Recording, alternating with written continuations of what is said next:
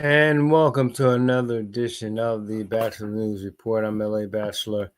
Thank you for joining us wherever you're listening. If you're on YouTube, please do hit that subscribe button at Pat Nation One, Pat Nation One on Facebook. You can like us there.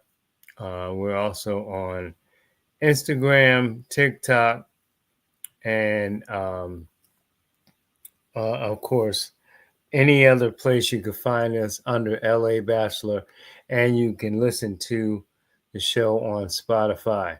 Want to bring in my first guest. Always good to have him on. He is the assistant women's basketball coach for the North Carolina State Wolfpack. He is Houston Fancher. And Coach, always a pleasure to have you on, sir. Well, thanks for having me, LA. I hope you're good. It's been a while. Seems like It's last been a spring, maybe minute. last March. Yeah, last March. Yeah, you guys had lost your guards in the tournament. After that, they graduated. But great win to start the season. It seems like you guys, it seems like the whole ACC, but you guys always play a tough opponent to start the year. Fourth consecutive start, winning first game of the year. This time against a very good Tennessee team, 80-77 in the Greensboro Invitational at the Coliseum there. Led by Camille Pierce, double-double, 21-14, Zoe Brooks, 13-11. This game was very tough from the start, Coach. It was, and Tennessee is a really athletic team. They play differently than anyone else in the country. They press every possession, make or miss. They push the ball back on you. They sub five people about every minute and a half. They do like line substitutions, so they try to keep fresh bodies in about every 2 minutes. So it's a difficult team to prepare for because no one else plays like them, and not to mention you're having to do it the first game of the season and doing it without two kids that got picked in the first round of the WNBA draft. So it's good, LA, just because it throws you right into the fire. And we played Maryland in an exhibition game in Greensboro last week, and then Tennessee in our opener this week, and then we're going to Charlotte this weekend to play USC. We were sort of hoping that Juju Watkins was going to be available for that one, but she won't.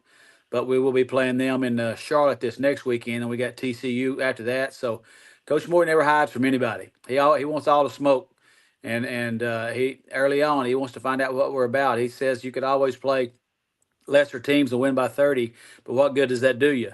And we want these kids thrown into the fire right away, and that Tennessee team was a big challenge for us. At the end of the day, one day people are going to recognize Wes Moore knows what he's doing, and he's second only behind Gino in wins as an active head coach right now, and it's pretty impressive when you talk about the names and number of coaches out around across the country. And Wes Moore is number two right now in the nation with 950 some odd wins. So, guys got a pretty good idea how to win ball games. I'm going to come back to the win in just a bit, but you mentioned Gino. Of course, you know I'm a Connecticut guy, UConn fan. But as I mentioned, the ACC and the SEC seems to be the conferences that tend to throw their players in the fire with tough games right off the jump. You mentioned the exhibition against a Maryland team that should be good as well. Um, but talk about that. How important is that? Is that designed to get the team ready from the beginning of the year? Because typically, a lot of the other powerhouses and other conferences, they play the cupcake games in the first couple ones, and then they really get into tough play after maybe five games or so. Talk about that. Well, I think every coach probably has their own philosophy. I think a lot of people like to schedule to their roster. If they got a young roster, not sure what they've got, they may schedule a little easier than they normally may. But if you got a team with experience and a team that is ready to be thrown right into the fire, a lot of returnees, sort of like we had last year, then you want to play a stronger schedule to maybe get some early wins. It's going to help you in terms of seeding at the end of the year, if you're able to do well in your conference and you've got some wins pre-conference that you can fall back on, and you have the opportunity, as you know, to be able to host the first couple rounds at home in the NCAA tournament, which is huge. So it's good to play those games early on. Different people like LSU. I think LSU's women, they played the weakest schedule in the country, but they beat everybody by big numbers. And it doesn't affect them because they win by so many numbers. It helps them in the net rankings. So they get a lot of quality wins in the SEC, and then there they are at the top again. A top, probably a top 2 or 3 seed in the NCAA tournament every year. So, like I say, every coach I think has their own philosophy with it. Coach Moore is one that always wants to play tough competition every year because it affects our seeding at the end of the year, and he plays the long game with it. If you play Tennessee the first night out, that's a 8 against 9. If you lose that game, it doesn't hurt you, because at the end of the day, they're going to win a lot of games. We're going to win a lot of games. So one of us won the game, but the other one wasn't a loser, in my opinion. They're still going to be able to be a high seed because they played that type of schedule, and at the end of the year, that matters. Yeah, that non-conference schedule playing the likes of Tennessee, you get USC, like you said, without Juju, unfortunately. But to me, the more non-conference games you play and you win, even if your conference is bad, it's strength of schedule for yourself. Um, Looking at this game, I mean, not just the score was tight, but if you look at the stats, were tight. In particular, the shooting was that both teams shot about 40%. Was that indicative of the defense that was played? Because it was up and down. It was like a sprint for a while, nip and tuck. Was that because both defenses really came out and laid it out on defense? Well, I think it was that, and the fact that both teams, between the two teams, had 12 new players. Right. So everybody's still getting used to each other, and where am I going to get this ball? Where my shot going to come from? That type stuff. And so you take 12 new players and then you speed the game up to 100 miles an hour, then you can expect probably a little bit less. We missed 16 layups. That we went back and graded the film again today. So we, just because the game was sped up, and we rushed some shots and things like that we feel like we could be able to make here, going forward. But when you're trying to, as Tennessee had 8 new players, we had 4 new players. We're trying to replace 3 starters, so it's not easy, doing all that in a game of this magnitude. In Tennessee, they played 11 people, and we just played about 7. So it's different philosophies, going back and forth too. Tennessee's trying to figure out how they want to be. We're trying to figure out how we want to be. And like you said, because the game was so nip and tuck, Coach Moore, chose to play the way he wanted to play. Coach Caldwell chose the way they wanted to play, and fortunately, we were able to come out with it, down the stretch. We had 4 kids that played 35 plus minutes, and they didn't have many that played much over 25. So it was just, the game's played differently by them than it was by us, and we were fortunate to come out on top. Talking with Houston Fancher, assistant coach for the North Carolina State women basketball team, the Wolfpack, coming off a 3-point win over Tennessee. Coach, final question on this game. You talked about the missed layups, but your team showed some poise, in particular where Tennessee came out in the second quarter, went on an 8-0 run. Talk about that. What was said, and talk about the composure of this new team that you have. The thing there is that we talked about before the game about it's going to be a game of runs, and you have to be able to sustain their runs and answer if they make a run. You got to make runs of your own and then try to work to hold them off. And I think we got up some, they got up 10, we came back and went up 4. They came back and tied. It did go back and forth, and we were able to sustain it. We've got one of the best point guards in the country. Zoe Brooks is, she played 39 minutes last night and had 3 turnovers, and got pressed every time down the floor. And uh, her and Zam Jones. Zam Jones, had 18 last night. She's another sophomore guard that we have. We don't have any seniors on our team this year either, LA. So all these kids are in the program here for at least another year and next season. So that's an exciting thing as well. Tennessee had a couple of transfers that were seniors. They had, got a transfer from UCLA that started for them. They had a transfer from Miami at the 5. They got a transfer from SMU at the point. So they had transfers across the board as well. So it's teams trying to figure out each other while still not trying. You don't really know yourself, and all of a sudden you're trying to figure out the opposition. So you're fighting 2 things there, trying to figure out how we're going to play and how we're going to make things happen. But at the same time, we got to stop them. They got to stop us. talking with Houston Fancher on the Batchelor News Report. Coach, before I turn it over to my colleague Tony T. Mac McLean for questions, is the two part question for you. Is playing 7 players, is that sustainable? Or you doing that for now? And talk about, is women's college basketball showing more parity? In particular, this year we've already saw, I believe, 4 teams in the top 10 already lose. Yeah, I think on both points, you're right. I'll start with the second one. I think the parity is definitely there. I think our league in particular will have a lot of solid teams. In the SEC will have a lot of solid teams. Uh, but across the board, NIL is starting to even things out a little bit. And as you're, in the getting players on NIL deals, some teams are able to do more than others, and that can cause some separation that way. But when you talk about the power conferences, everybody's on the same board. Pretty much the ones who bought into revenue sharing are giving out the same type of money for the most part. So those teams are going to be back and forth, and it's going to be, a dog eat dog every night, and you got to be able to, be able to sustain that. And going back to your first question, you know, last night we had a couple kids that, the speed of the game wouldn't have been good for them. And Coach Moore just didn't play them that way. And he chose to go with the kids he was comfortable with, the kids who had played a lot for us last year. We've got a center, a 6'6" center named Tilda Trigger, who I think had 18 or so, 19 or so last night, and 13, 14 rebounds, and was big for us. She's 6'6" and played 36, 37 minutes last night. So these kids are in great condition too. And I'll tell you another thing that was huge for us.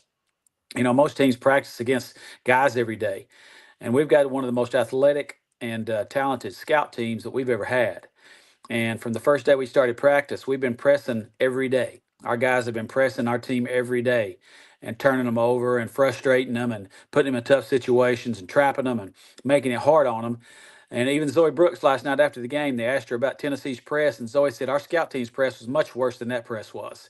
So that I think that had a lot to do with it because they were seeing those guys every day, and then they're having to come back and apply the things they learned against our guys in a game against Tennessee. And so, like I say, Zoe played 39 minutes and got trapped every time she touched the ball, and only had 3 turnovers. And I think that speaks all loads about her, but also about the preparation going into the game. Knowing that we were able to look over the press, we were able to get around the press.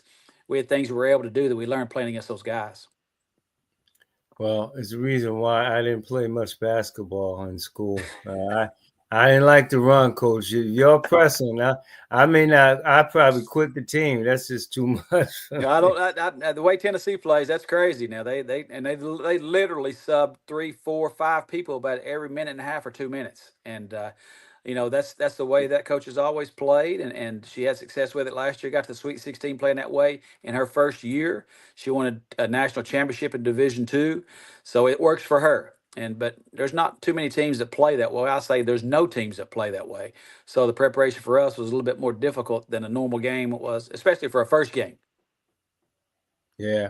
As I turn it over to my co-host Tony T. Mac McLean, we coached baseball together, and we used to say the players got it rougher than in the game. We worked them hard, and then game time, you already prepared. Right. To the credit to your scout team. I turn it over to my good friend Tony T. Mac McLean. Coach, thanks for joining us. And I got tired just listening to you talking about that press. Yeah, I didn't want to get up a couple times. I was sitting over. I don't know how our kids were getting through that.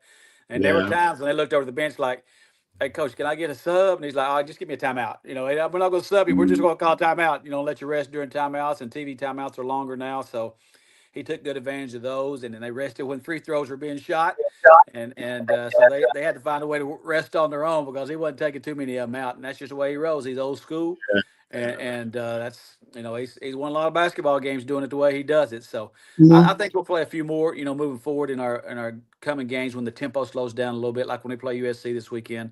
I can see our rotation get up to 8 or 9, in a game like that. So it gives our kids a chance to grow and get in basketball shape. You can train all you want to, but until you get out there and play 40 minutes, you got to get in basketball shape. And Yeah. and games like that force you to get in basketball shape. Yeah. Yeah. I mean, by halftime, you probably have gone through about 8 or 9 practices, That's right. just in that kind of running. I wanted to talk about one of your transfer players, Pierre. She had a very impressive debut for you guys. 21 points, 14 rebounds, and 3 steals as well. Talk about the contributions she's going to give you guys this season. Well, she just came out today. She's on the Wade watch list, one of the top 25 players in the country. She transferred to us from Vanderbilt, where she averaged 20 points and 10 rebounds a game in the SEC last year. So she was a known commodity, and we're fortunate to get her back as a transfer. We recruited her out of high school, and she ended up choosing Vanderbilt. And then, she got in the transfer portal this past year, and actually we reached out to her, and she came without even visiting, because I know she was excited about being a part of this process, and we didn't get her until late July. So you're talking about manna from heaven. She stepped in, and like I Mm-hmm. say, she was the MVP of the game last night. She was awarded the MVP of that game last night afterwards, and to be able to step in and do what she's done already, and like I say, not being with us, she didn't get with us until the fall. She wasn't with us over the summer. We didn't get her until August. Mm-hmm. So she's able to hit the ground running. She's just naturally gifted. She can run. She can handle the ball. She can make plays off the bounce. She's one of the leaders in the nation in steals last year defensively. So she was a known commodity going in. She had beaten Tennessee twice last year when she played at Vanderbilt, and she averaged about 15 rebounds a game against them last year. So they knew her coming in too, and still weren't able to stop her. So she's a talent now. She's a certainly a potential WNBA player after she finished her collegiate career up, and we're happy to have her. Yeah, and I'm guessing because of that experience playing Tennessee, that you sort of leaned on her a little bit in practice and sort of preparing for the game. Well, when he talked about attacking the press, we went back and saw some other teams how they attacked them, and then she talked about her Vanderbilt team attacked them. Vanderbilt beat them twice last year, and once in the Mm-hmm. SEC tournament. And she talked about the things they did that were successful. So we certainly we'll try to find answers anywhere we can, and going into a game like this for her to have played against a team like that. And Caden Samuels, who's a transfer from UConn, who starts for us as well, played in a game against Tennessee last year. So, we talked to her about it. And Tennessee actually beat UConn last year in an upset last year. So Cadence was in that game as well. So to have Q and Camille both, who had experience against Tennessee, was certainly a benefit to us. And one last one, one of your better returning players, another player who has been tapped for postseason awards, Tilda. What's her name? I'm sorry, Triger. I guess I'm saying. Am I saying Tail the that correct? trigger. Tail the trigger. Yep. Uh, coming off of coming off of a very good freshman season, and I'm guessing because she's a center, you're looking for her to take her game to a whole nother level this year. And I think she will. She was on the all freshman team last year. Went from not starting her first couple of games to, playing 30 minutes a night as a freshman last year, and had some big games for us and helped us go into the Sweet 16 last year. She's 6'6". You can't teach that. And she can shoot it from anywhere. She can shoot the three. She runs the floor well. She's got good size. She's gotten so much more physical than she was last year. She's from Sweden, so she moved up. She moved over here last year. We got her late in the process too, and she's been a great pickup for us and one of the nicest kids that you're ever going to want to be around. And all she wants to do is win. She has not one selfish bone in her body. It's funny. Last night we're playing and we're up 1 point late in the game, and we take a shot, and she comes down with a rebound with about, I guess about 3 seconds to go, and immediately catches it and just spits it out to one of our guards who got fouled. And so it's just to have the presence of mind as a sophomore to go grab that ball with two hands, turn and find a guard that got rid of it, and then she walked up and made 2 free throws that put us ahead by 3. It shows you her competitive nature. And she's going to be really, really hard to handle in the league this year. With she's 6'6", and at the end of the day, that's one thing we talked about last night. She got that rebound because everybody was tired, but she was Mm-hmm. still 6'6". Mm-hmm. And that's the thing about it. She's able to reach up and go over people and get those rebounds. And 6'6", the size doesn't get tired. The body does, but the size doesn't. So she's able to go up over some more athletic people and grab those rebounds. And she had a double figure rebounds last night as well. And she's going to be a big reason we're successful this year. Absolutely. Again, continued success, Coach. Thanks. Thank you, T-Mac. Coach, well, let me ask Gary Norris Graves on the line. Gary, do you have any questions for Coach? Gary? Okay, we'll get back to Gary. Coach, your philosophy, has it changed because you have more size? I mean, you got Zoe and she can handle the press and everything else. But is Coach Moore going to do anything different based on your roster? And talk about those players to watch. But he's always been a 4-round-1 coach. We've had a 4-player that could stretch the floor a little bit and played a round of 5. So that won't change. I think there'll be emphasis to get the ball to Tilda, because in our preseason practices, both Tilda and Camille Pierre, shot 60 and 70% in practices. So he said, I'm not a dummy. Let's get those kids shots. And so, we're able to do that. But at the same time, we got people on the perimeter that can make shots as well, if you try to double down on our post players. So I think that's going to be it's going to be a recipe for success for us. And that's the way Coach Moore's always been. And there's no reason to throw the baby out with the bathwater. I think he's going to continue to play that way and continue to coach it what he knows. He knows how to develop winners. He knows his system has been successful. He's won conference championships and been coach of the year. He's been in national tournaments in Division III, Division II, Division I. He's done, nothing but win. Our home record right now over the last, I think the last 6 years maybe, is 135-15. So it's been a good run. I've been here 8 years now, and we've been in the top 10 to end the season every year. So the program he's built is not one built on sand. He knows what's going on, and as you mentioned, our players to watch. Of course, we talked about Zoe, and she gets the majority of the attention, which she well should. She's an All ACC player last year too, along with our 2 first-round draft picks, Sanaya Rivers and Isaiah James, that we lost. Madison Hayes started for us last year as well. She's playing over in Italy right now. So we had 3 professional players in our lineup that we had to replace. And Zoe and Zam Jones, who's a sophomore who played quite a bit for us last year, stepped into a more major role. And as we said earlier, Q Samuels, who transferred from UConn, is starting on the other wing position for us, and it's turned out to be our best defender on the perimeter. And then Camille Pierre, who of course we covered, and who's on the Wade list for one of the top 25 players in the nation.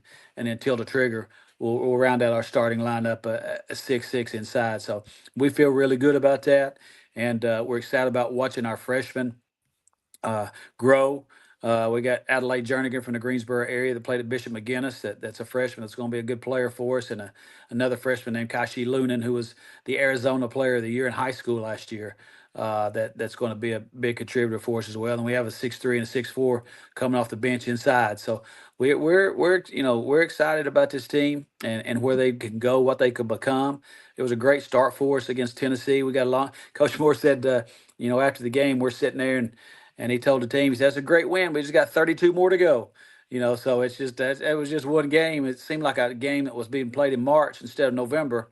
But we got a long way to go. A lot of meat left on the bone. So, but it's exciting. We've got good pieces. And I think, between us, Carolina, and Duke, we'll fight it out for the championship of the ACC this year. I think the Triangle's got the 3 best teams in the ACC this year. So it's going to be a lot of fun to see how it all plays out. Yeah, anybody that comes from Bishop McGuinness High School is definitely going to be a baller. But you mentioned the Duke and Carolina. Talk about the toughness, night in and night out, on the road, at home, even playing in this conference. Oh, it really is. There's not a night off, regardless of where you go play.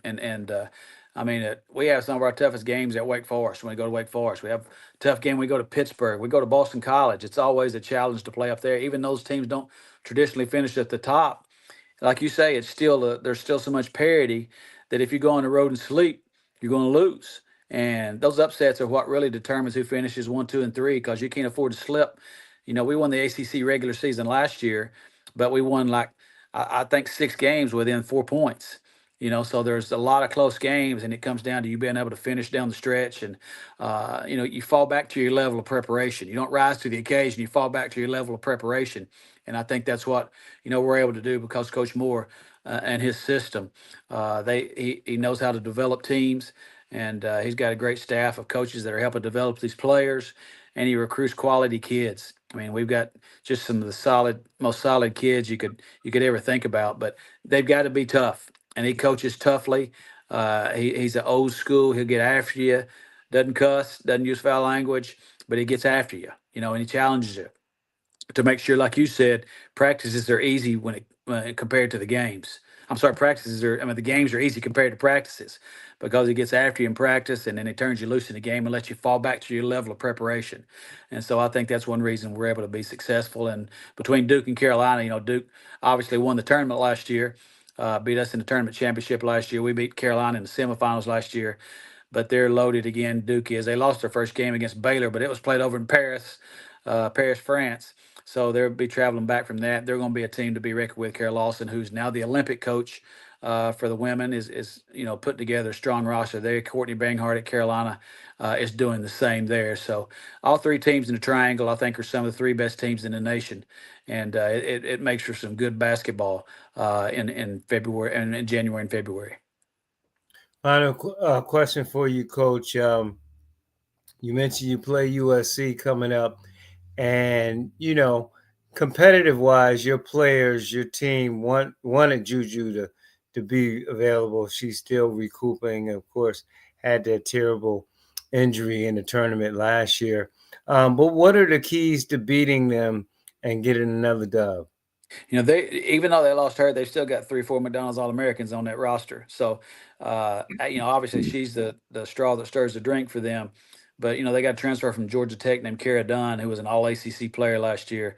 They got Jazzy Davidson, who's a terrific perimeter player. They've got good size, good athleticism. I think a big key for us is going to be how we execute offensively and how we rebound the basketball, because they are a very, very good rebounding team. They really pushed the ball in transition, which is one thing that this Tennessee game did for us. Helped us work on our defensive transition, and we're going to have to be really good there too.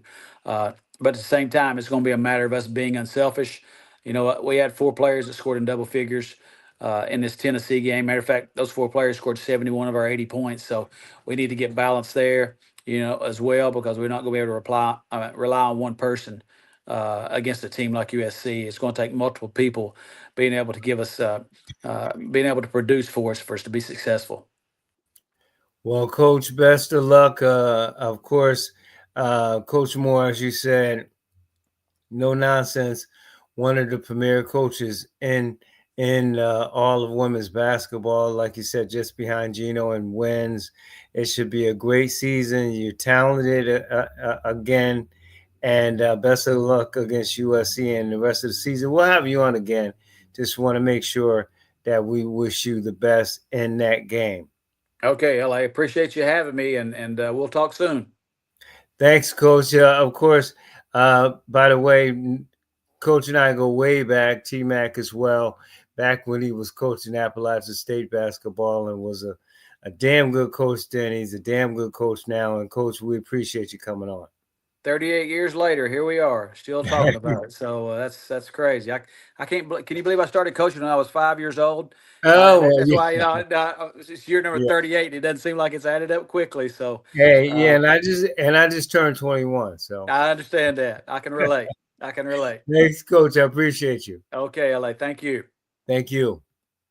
Houston Fancher, he is the assistant coach at North Carolina State women's basketball team, bringing in Tony T-Mac McLean and Gary Norris Gray. Alan Chavis will be joining us shortly to come on and talk about what happened with Winston-Salem State football, where they struggled, got blown out by Johnson C. Smith. We'll get to that in just a bit. But T-Mac, I believe 4 teams in the top 10 already lost in the women's game.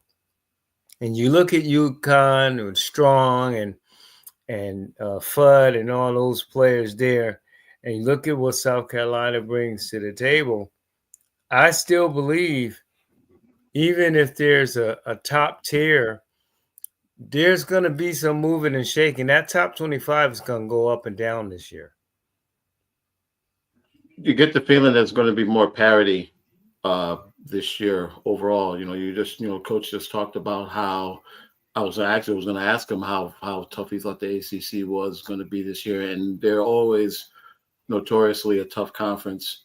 They always seem to have multiple teams that are either contending or either in the top 25. But yeah, you get the feeling between NIL, graduations, and everything like that, you get the feeling that there is going to be a lot of parity, which just adds even more. It adds even more to the women's game this year, and I even think it's with the men, because I know everybody's high on Purdue, but I think both the men's and the women's games are going to be. I think there's going to be a level of balance this year that we haven't seen in a while. Yeah, and I mean, the he mentioned, and we didn't get to the NIL and the revenue sharing that's going on now. That I think is inevitable that once teams get these players, I mean, they had a kid come back to the program. Once they get these players, and these players are play a year or two in that system, then all of a sudden you're looking at, you know, the likes of some other team sprinting out. We see it a lot more on the men's side, but I can see it on the women's side, in particular when it gets to the ACC tournament. Yeah, yeah. They always, like I said, they always. I remember in the times that I was working down in Carolina, uh, like he mentioned, Carolina, Duke, um, and Wake Even Forest. Wake Forest at some Yeah, points. yeah. Wake. Wake. Now, I have to admit, Wake was sort of middle of the road when I was there, but they've risen a lot, and um, I remember Duke being, real time when they had Coach G there Right. in the day. But yeah, it's again, it's early. The it's definitely, it's just like with the NBA, it's a marathon, not a sprint. I think this the fact that games are back on now, that's the exciting part. But then once you get past, say, like late December, early January, when all the conference play starts, that's when that's when you start to see things focus, because like I said, a lot of teams now are, some of them are playing cupcakes, some of them, like NC State, are actually loading up their schedule to see what they really have. So yeah, Tennessee one night, USC the next night. Yeah, And that's speaking of an this, NBA schedule they got. yeah, they got TCU. They play a couple of 3 or 4 teams they should beat, but then they get into the ACC SEC challenge. They play Oklahoma. Seton Hall is very good. Miami in their conference is good. They get in a conference play. Georgia Tech. They play Stanford's always a tough out. I mean, their schedule is kind of, you're gonna get some. I don't like. I don't want to say cupcakes. Teams you should beat, Sure. and in between, and then you get the likes of the out of conference schedule. The ACC, SEC is playing in the challenge, and then of course the Big East, I believe, and the Big Ten is in the challenge as well. I'm with you though on the men's side. I'm not sold on Purdue. Um, I just It's it's you gotta take it like how the football as well, because there's you're basically going after you're basically going on what happened last year and who they think um will gel. I mean, will Purdue be in the mix? Probably. Are they the best team in the country right now? Yeah, it's wake wake me up and say, like, after Christmas, early January. yeah, I will say this, and and we got Alan on the line. I will say this though, and it sounds biased, and I don't care, but if you look at what UConn did, winning back to back, if they didn't run out of gas against Florida, they literally had a chance to win 3 in a row. Florida deserved it because they came back, made big shots, and get that. But it'll be interesting to see what the number 4 team in the country will do. They already got one injury. What they'll do, and opposite of NC State, they're playing the Sacred Hearts and the UNHs and teams of those of that elk. They do it the opposite way. They get sort of the teams they can beat out of the way, and then go into non-conference conference play, and then go from there. So it'll be interesting to see on that side. I want to bring in our guest. He is the voice of Winston-Salem State football. He is Alan Chavis, and Alan, always a good to have you on, my friend. Gentlemen, nice to see you. Glad you had me on tonight. This is a season where I think even the three of us all thought, if Winston-Salem State can do the things they need to do, they would be in the hunt to play in the CIAA football championship game. And it's just been one struggle after other. If the offense plays well, the defense plays bad. If the defense plays well, the offense plays bad. This game against Johnson C. Smith, they didn't look like they even belonged on the field to me, Alan. I saw parts of the game. I mean, you give up over 500 total yards, much of that in passing. You got 9 penalties in the game. You're only 40% on first down, and you lose the time of possession. Third down. I'm sorry, and you lose the time of possession to Johnson C. Smith. What is it with this team, and what happened in this game in particular? Well, you know that thing you did while you were making your case there, where you scratched your head. We've been doing that most of the season. Coach calls it helter skelter. I call it Jekyll and Hyde. On the air, me and Ken will make mention of the good Rams and the bad Rams. We don't know which team is going to show up on which given Saturday. It's been a theme this year. The defense has not been as stout as it has been in past years. Surprisingly.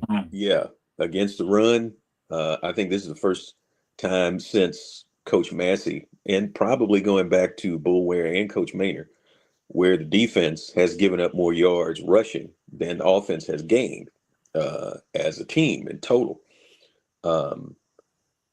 They gave up. Usually they're pretty good against the pass, but they got strafed last week against Johnson C. Smith. And it's weird. Last year, the offense was not explosive, but could sustain drives and therefore win the time of possession. This year, the offense racks up a lot of explosive plays, can score quickly, can score from anywhere, but sustained drives are not really their strong suit. I think in that game against Johnson C. Smith, they had one scoring drive that was more than 5 plays. The others were in 4, 3. 5 plays was about the maximum they could get on a scoring drive. Again, they start out, they'll come out flat in the first half, and then they'll make a furious comeback or try to make a comeback. That was the problem against Virginia State. They lost that by an extra point. That was a problem against Virginia Union. They got down in a big hole and couldn't come back. They made a game of it in the fourth quarter. Couldn't come back. Tried it again against Johnson C. Smith. If you notice in the fourth quarter, they outscored Smith 21-14, I believe. By then, they were in such a deep hole. And then, Smith got a garbage touchdown. They tried to let us out of there with our dignity. And they started the victory formation with about 2 minutes left. For some reason, coach decided to call a timeout. And Smith said, okay, well, if you want to call a timeout, we'll just go ahead and score again. And that's how they ended up with 52 in that game. It's been It's been an up and down season. Not that he's making excuses of it, but they've been dealing with a lot of injuries over the course of the year, especially on the defensive side of the ball. You'll never hear coach make an excuse about that. They do preach next man up. It's had a toll on them. They've lost a starting linebacker. They've lost some guys along the defensive line and in the defensive backfield. They lost Caleb Williams, probably one of their leading wide receivers. He injured himself in the Livingstone game, hasn't played since. There have been a few guys in and out of the game. They lost Devontae DeLoach for a couple games. The transfer from Livingstone that was pretty electric. Had an 11 catch game one game this season. So it's been up and down. It's been inconsistent. Like I said, you don't really know which team is going to show up. For the most part at home, I think they went 2-2 at home this year. Only 4 home games. They beat Lincoln and they beat Livingstone. Came up short against Virginia State and Virginia Union, and was so on the road. I think the first time we talked, it was after the Tuskegee game where they had left some points on the board, well, off the board rather, and ended up losing that game. But then they persevered at Mars Hill, went up early, got down late, came back, finished the game. Everybody thought that was going to be a springboard. Even Coach mentioned that Monday night on his coach's show, that he thought that win was going to be a springboard into a lot bigger and better things. And for the most part, it maybe was in the next couple games, but it just didn't materialize. The team is just way too inconsistent. Way too inconsistent. One thing about this team I noticed is that second quarter they sort of give up points they shouldn't, and they come out flat in the third. The other thing is, in particular in this game, we're getting some kind of feedback here. The other thing in particular to this game is that they sustained some drives. They had some 10-play drives, but then ended up with 3 points. Johnson C. Smith is scoring a touchdown. Winston-Salem State scoring 3 points. And that's the thing. Coach always had the feeling that if we got into a shootout, that he could use Dalen Lee. And because they have such good wide receivers, and Dalen is a rather competent quarterback, he's I think he got 24 touchdowns this season to about 5 picks. They always thought that if they got into a shootout, that they had things to shoot back with. Well, and Lee didn't play bad either. So yeah, and he's had some clunkers this year. The Shaw game is the one that's the one that really just sent the season down the dumper there, which was totally unexpected and totally baffling. The game against Shaw, we left everything at home. They didn't bring anything on the bus that game. But 2 weeks ago against Johnson C. Smith, it looked like it was going to be a shootout. The thought was in the state brain trust that if we got into a shootout, we could do it, and it didn't materialize that way. And they got blown out by Johnson C. Smith, but that's not an embarrassment with this Golden Bulls team. How good is this Johnson C. Smith team? They are very good. Their front four is probably the best front four, especially against the run. But then again, I don't know. We're playing Fayetteville State this week, which I think they lead the conference in sacks. They've got a pretty formidable front four as well. As a matter of fact, I think Fayetteville State is only averaging about 80 some odd yards on the ground, and that's what we hang our hat on, is to try to run the ball. But Smith, they're very good on defense. They're competent on offense. When they get it rolling, they definitely can put points on you in a hurry. Bobby Smith is a very good running back. Kelvin Durham is everything that was advertised. So everything that was advertised, and coming over from Fort Valley, I think they lost their quarterback, Darius Ocean. I think he went down to Benedict, and he's doing a lot of things there. But that team is just a very balanced team. Coach Flowers has been very coached up quite a bit, and they're very balanced. and can attack you in many, many ways. And they have a defense that can make it stick. Talking with Alan Chavis, of course, he is the voice of Winston-Salem State football. Before I go to T-Mac, Alan, and Gary, if the calls are coming in terms of the head coach, and it doesn't look good for them to go to Charlotte, which you and I know is up the road, on top of the fact Ram fans go everywhere, for them to lay an egg like that. Talk about that. Are you hearing more of, okay, this is time to go? We had this conversation about, he was like all or nothing in terms of getting to the CIAA football championship. But I'm not trying to be overly critical, but you're playing almost a de facto home game in terms of you're only going up the road to play this team. Charlotte, of course, is Johnson C. Smith country, but Winston-Salem State is down the road. So to come out and play like that, to give up 28 points in the second and third quarter, and then struggle along the way, it doesn't bode well for him. Well, Charlotte, yeah, that's Johnson C. Smith country, but probably the biggest alumni chapter in North Carolina for Winston-Salem State is in Charlotte. Yeah. Coach is under no illusion. The phrase is championship or bust, and that started on my show. And I asked him, with the 7-3 season, with the struggles they've had prior to that, I think they were like 3-4 win seasons in a row. They finally broke through, had a winning season, just missed going to the championship game the previous year. If they were going to do it, this was the year to do it. It was the last year of his contract. I said, Coach, do you feel if this is championship or bust? And he said, yes, he felt like that. And everybody ran with that. And he's under no illusion. He understands that this is a results-based business. If you haven't heard already, I'm pretty sure you guys have already spoken about it, that the athletic director has resigned. So there will be a new athletic director.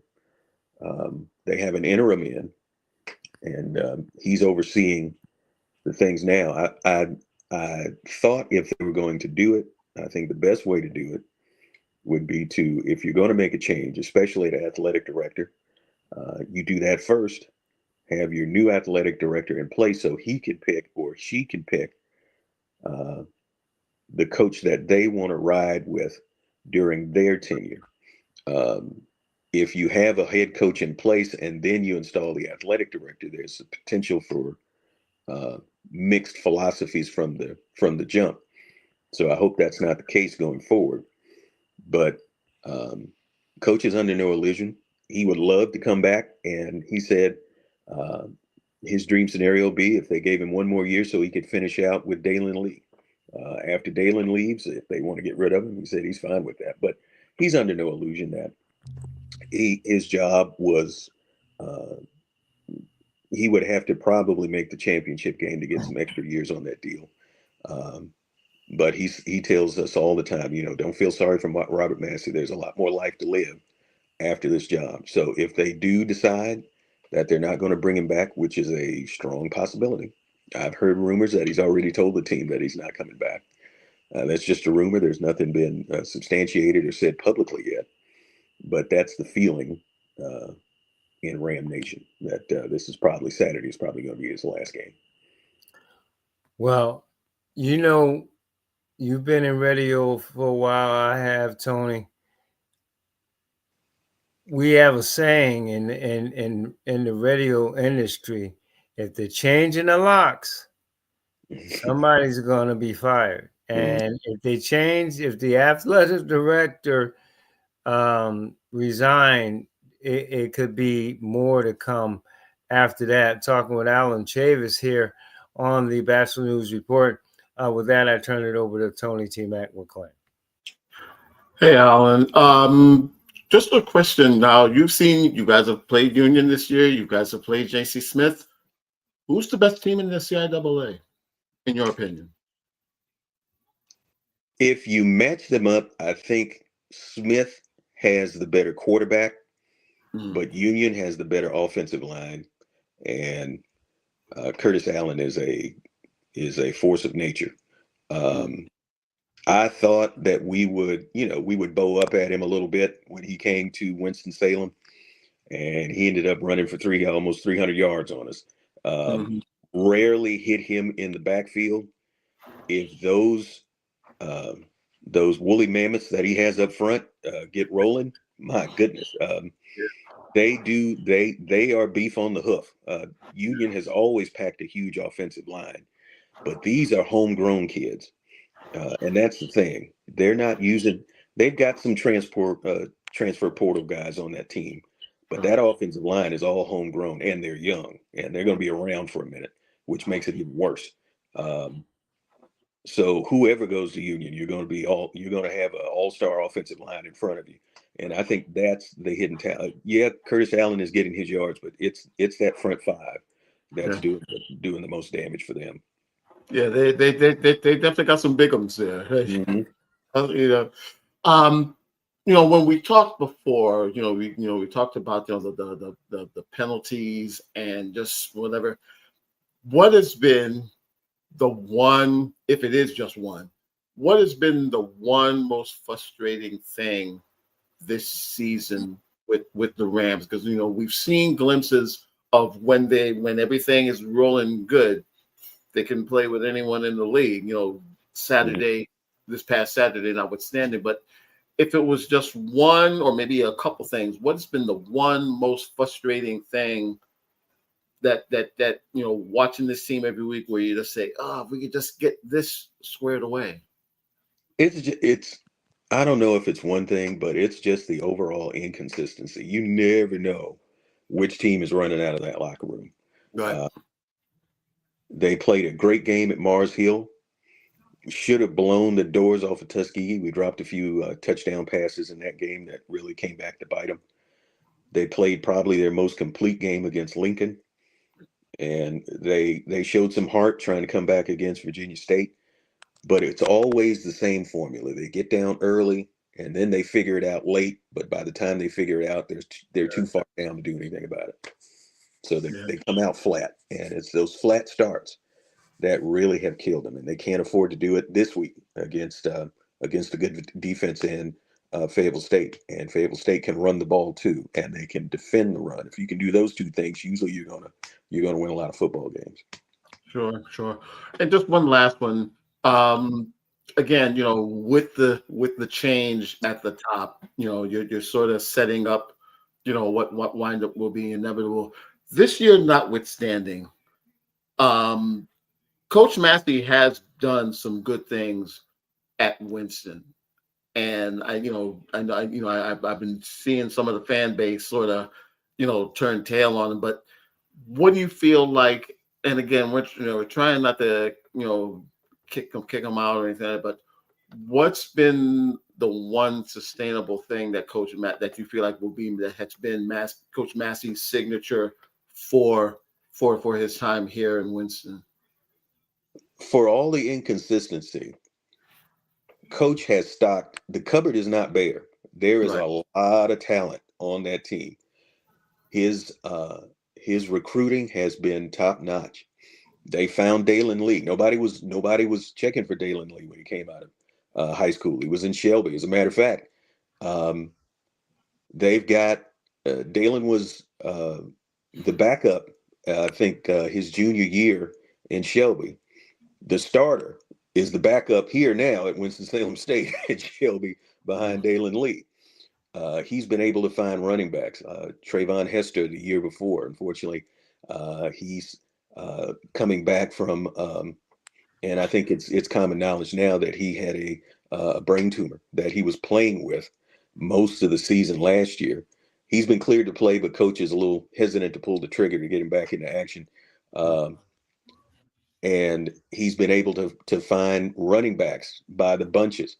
Probably got the best group of wide receivers he's had since he's been at Winston-Salem State, and that's even with R.J. Mobley, who was All-World a couple of years ago. These guys, as a collective, probably the best group of wide receivers he's had. He's always had good defensive backs. They've been lacking at the linebacker spot a little bit. They tried to address it this year with a kid that Stimson that came over from Catawba, but he's been battling injuries most of the year, hasn't played a lot. But the defense, I think, and we'll go back to that one thing, and I'm swerving back because I'm kind of rambling because I'm thinking about the entire season as a whole. Mm-hmm. But that one thing I think really that I think came up short this year was the defense. A lot softer, and Coach McIlvain probably will tell you that himself. Rather intense coach. Thought we were going to lose him to Shaw University this year because he's a Shaw grad. But they went in a different direction, and he came back, especially to try because even with the coaching staff, a lot of those guys had chances to go other places, but they wanted to come back to compete for a championship for Coach Massey. Mm-hmm. And the defense just has not been the same unit that it's been in years past. I think if we got anything close to what we got last year, we maybe this game this weekend might be for the chance to go down to Durham between both of these two squads. Usually everybody points to that last game of the year when it was the Southern and the Northern Division. Mm-hmm. The CIAA, I wish they'd find another computer because they always click and paste, cut and paste this schedule where it's Fayetteville State at the last game of the season. I like to see them come earlier in the year, Bowman Gray. We finish up someplace else. Maybe we finish at Smith at the end of the season one year, but they never mix it up. We always get the same teams at the same time of the year. But overall, I think it's too many things to mention. But I think the biggest thing is the defense, followed by some glitches on special teams. Special teams has finally gotten right here in the last part of the season, especially the coverage units. The kicking has been a little suspect at times. We've been switching off punters and kickers. We've got a young kicker,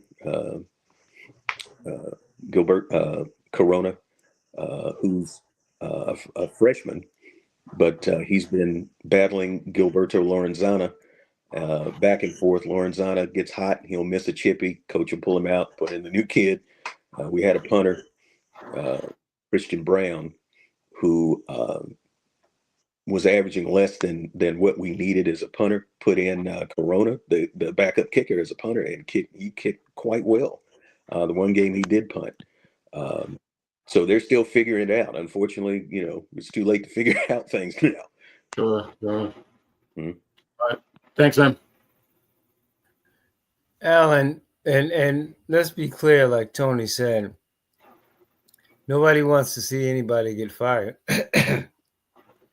So we do want to accentuate the positives Mm-hmm. of this group of this coaching staff and what happens moving forward.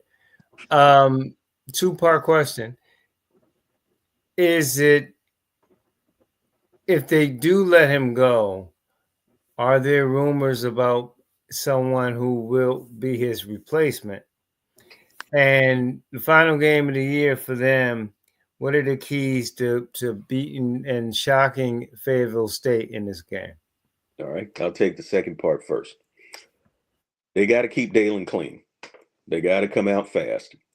And if they can win on first down, because that's what Fayetteville State likes to do. The defense likes to win on first down so they can get you in third and long situations so they can pin their ear back and come eat your quarterback.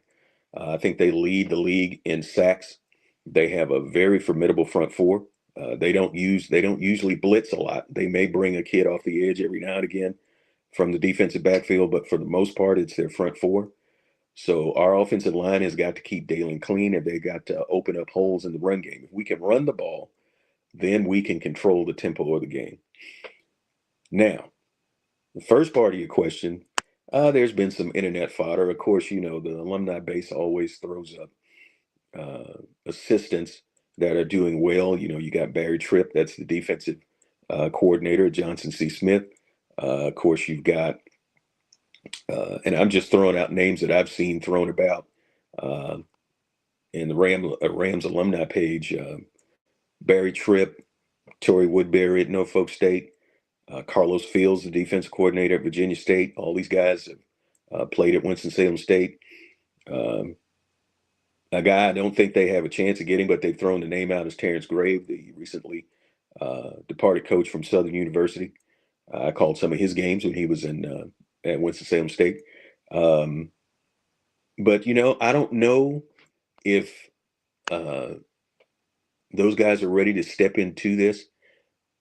The fan base wants an alumnus. I think you don't limit yourself to that. I think you try to find the best coach that's available. You may have to look in some other places. Maybe you go outside the HBCU world. This is a flagship program for the CIAA. I think they can draw some of that. Heck, this is a team that had Steve Lebowski, the offense coordinator for Wake Forest, as offensive coordinator one year before he went out to Air Force. So this is definitely a stepping stone job that you may be able to get an up and coming coach that's on his way to bigger and better things for 3 or 4 years and put the program back on a good footing. Who knows?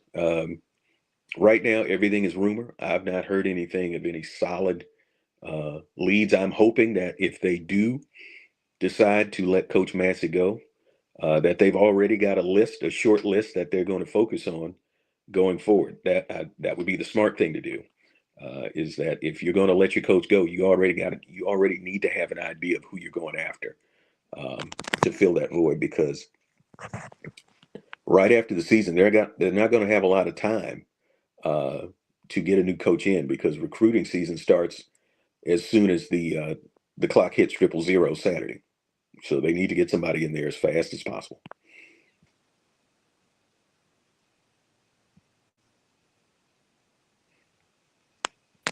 Woodbury is an intriguing person. And I think you're alluding to, and I agree, that this is a prestigious job. Based on the history of this program, and based on the demand and excitement of the fan base, they believe in this program. So it's going to be interesting. Let's not count all that. Things could change. Mm-hmm. And he could be back for one more year, give it one more run, or whatever the case may be. But we'll see.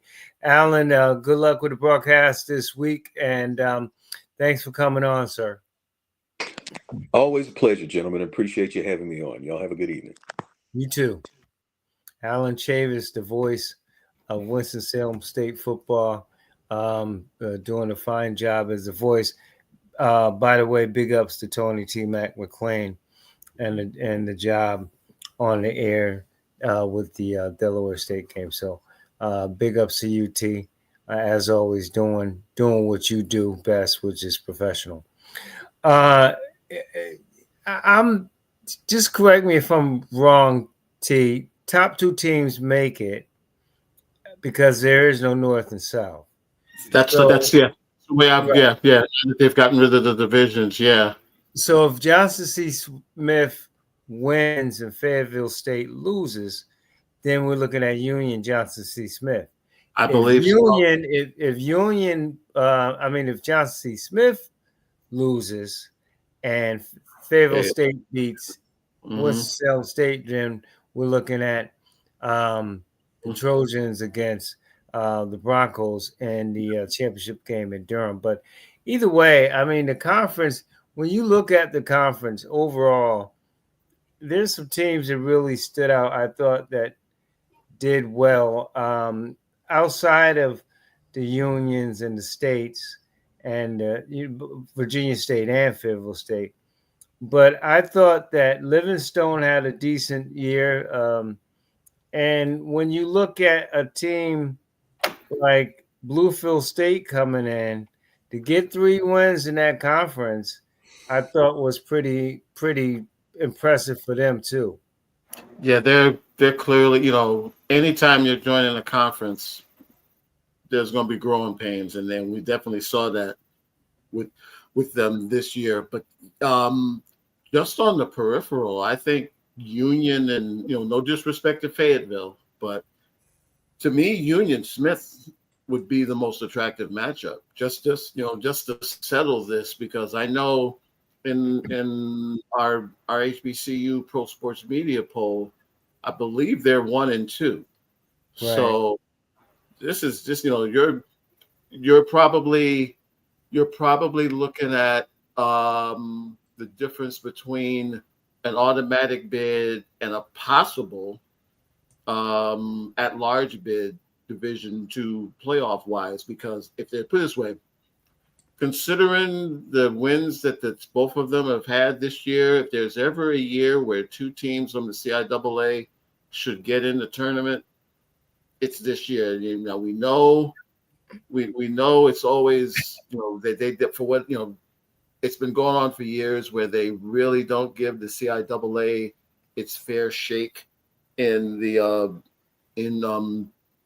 Division twos, but I think since they've expanded it a little bit, and again, you've got two teams that have been in the regional polls as well this year. I let's put it this way: I'm hoping that it's a sort of thing where the loser, their season isn't over, especially if it winds up being a close game. Two teams I thought was disappointing for different reasons is Shaw, who came, but um, really played well last year, really showed some signs of the program going in the right direction. Then they struggled with only 2 wins in the conference. And Bowie State, um, you never see Bowie State towards the bottom of the conference. Allen talked about the beef that Union always has. Well, Bowie State's always had a physical defense, and they struggled a lot. I was at the homecoming, and this is just not the same Bowie State program right now. Yeah. It when you've been on the top as long as they have been, when the bottom does drop, it can be a little ugly. I'm gonna go on to the premise that this year might just be not so much a mulligan, but it might be just a thing of, okay, this is the turn. This is sort of the transit. This is going to be a transition year in that regard. Now with Shaw, I think again it just wound up being they've all, even in the good old years, even in the years when they've been competitive, they've always seemed to struggle offensively, it seems to me. And this year, I think because the offense struggled so much, I think it came back and bit them in the butt a little bit more this year. And Damon Wilson moved on from Bowie. I won't say that he left the cupboard bare, but like you said, you got a young football coach coming in with the standard being the standard there, and one would think that they would get the recruits and be back on top pretty soon. Talking with Tony T. Mac McLean and Gary Norris Gray on the Batchelor News Report. Tony, of course, from BASN MLB Bro, has his own show Outside the Lines as well. We'll get the information on that, and Gary Norris Gray of BASN as well. I want to go to baseball and put a wrap on the World Series. We haven't, the three of us haven't talked since then. And the one thing, the only thing really for me, T and Gary, of picking the Dodgers is that they got that it thing. Like they just find a way. And it's not just the back-to-back titles where they have a chance to tie the Yankees next year, but it's just they just have the right pieces. And I even say that in spite of their manager, who to me gets a little tight sometimes in coaching. But you have a pitcher that has an MVP that just pitches his lights out, and the Freddie Freemans and the Mookie Betts and Will Smiths, and these guys just come up big when it happened. They went into a hostile environment needing to win both games to win back to back. Hostile environment against a very, very, very sound Toronto Blue Jays team, and they get it done. They get the win, Tony. And so I didn't say Toronto on paper clearly the better team. Defensively, athletically, timely hitting, they were up there in all those places. But it's just the Dodgers just have this feeling now, this go around, that even when they're down, they find a way to pull it out. Last year, they did it basically with their JV pitching staff. This year, they basically did it with their JV hitting staff because no one, let's be honest, collectively, they didn't hit. Otani is, for all the hype and whatever, Otani was pretty much neutralized. Mookie didn't show up until Game 6. Freeman struggled. It was the bottom of their lineup that basically kept them in it. And it's something about the quote unquote championship pedigree. The thing, put it this way. It's, I know Blue Jay fans probably right now don't want to hear it, but this will be the impetus for next year. I know, and see, they've been sort of like the old Sixers in a sense. We owe you one, and it looks like they're probably going to lose Bichette. He's going to at least put himself out there. The nucleus is there. Bieber has already said he's going to come back, so you get Bieber for a full season.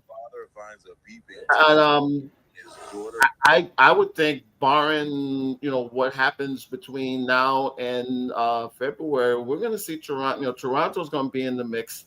The Dodgers will still be in the Dodgers will still be to three-peat. It's gonna take a lot because at some point San Diego's got to get it right, I guess. But again, until they do, you have to whatever. The team I would worry about the most in their immediate division is Arizona. Arizona, the nucleus of that World Series team from a couple years ago is still there.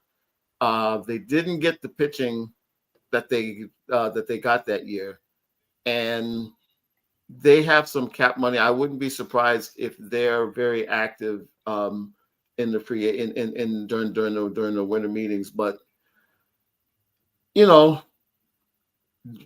again, there's something to be said about a championship pedigree, and I think that's what this was all about. When you've got guys like Smith, like the kid that tied the game, whose name escapes me right now, and look, Rojas. Rojas, yeah. Miguel. Miguel Rojas. Here's the thing: as long as, and I'm just looking at a pitching spot, just looking at it at a pitching thing.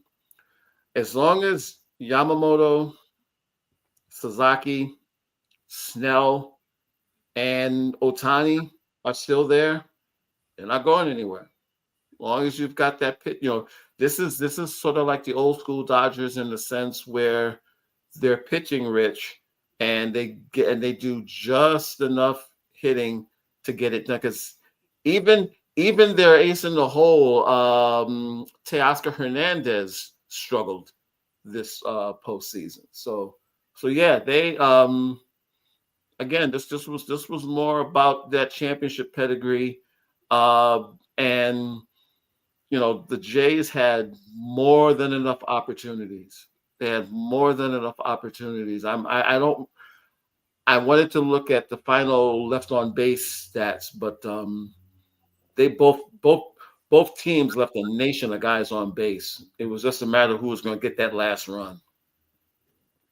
And Tony, just to dispel, and Gary, I want to go to you as soon as you're ready.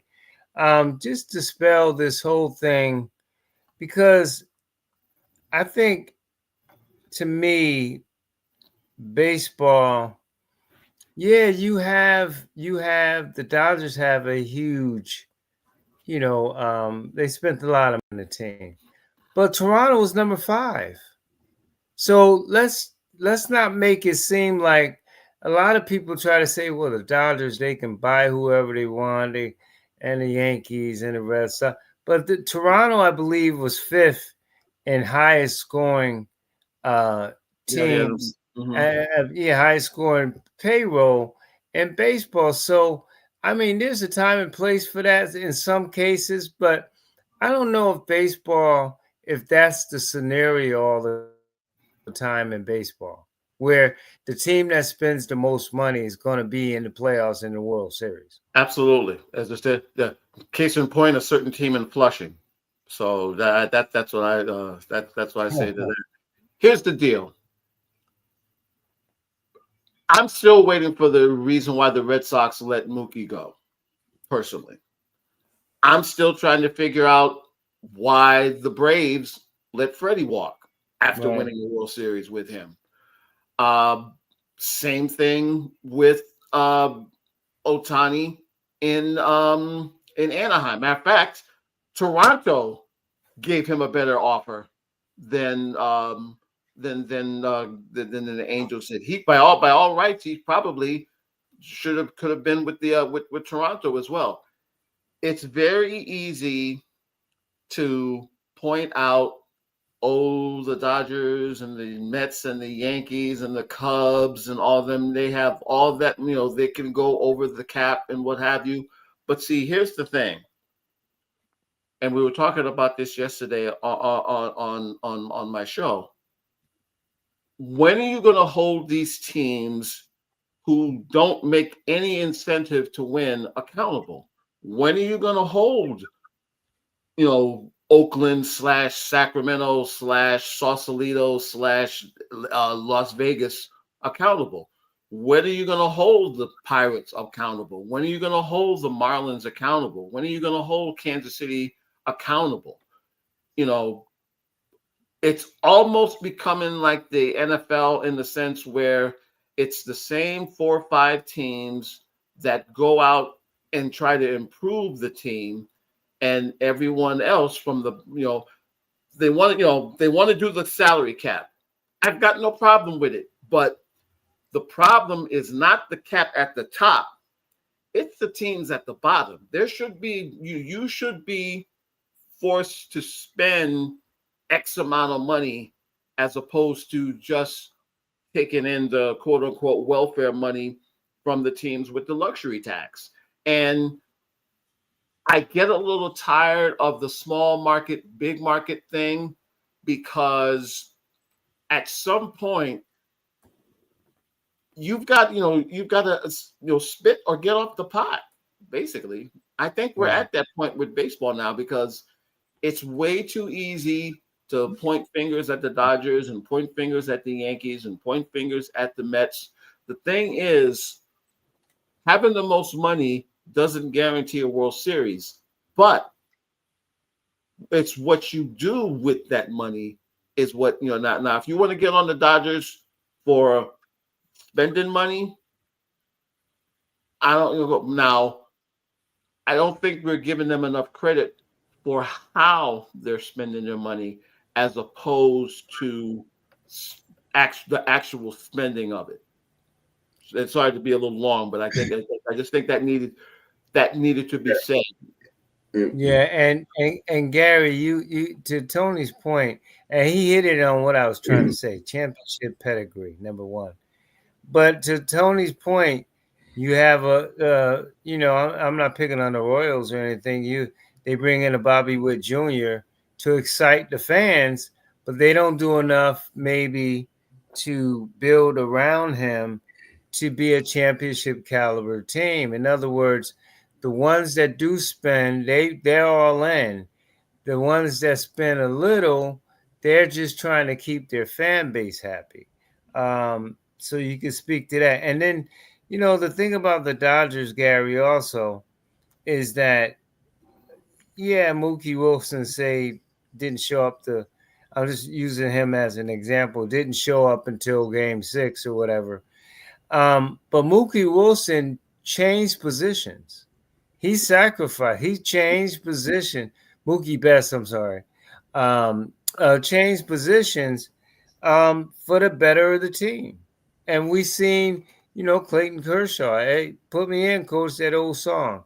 I'm ready to play. Just when you want me. If you want me coming out of the bullpen, if that's going to help us win, that's championship pedigree to me. Okay, I need to say this before I get out the air. The bases were loaded. The Blue Jays had the bases loaded. The guy on third base caused the Blue Jays the World Series. Let me play this. If the ball is hit, ground ball is hit, is a fourth player to play, correct? Why was the guy at third base going back to third base when the ball was in the first base?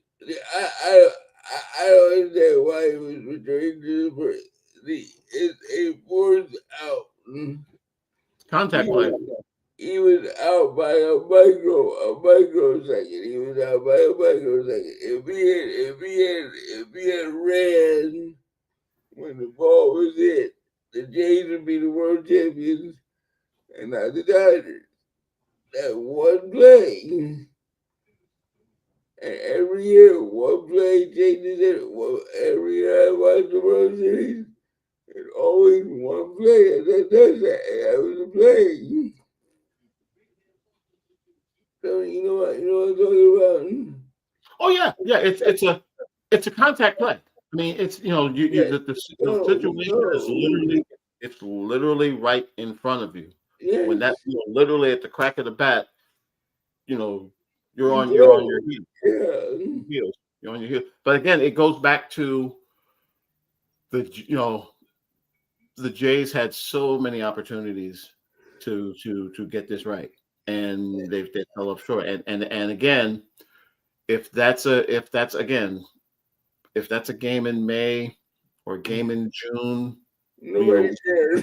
Yeah. Game 7 of the World Series, and everybody and their mama is watching, and it's just, I mean, between that and the kid nearly killing his own teammate, making sure they caught the ball, and then I mean, it's all that. I mean, and in that situation, I think what made it even worse that Toronto is a contact hitting team for the most part.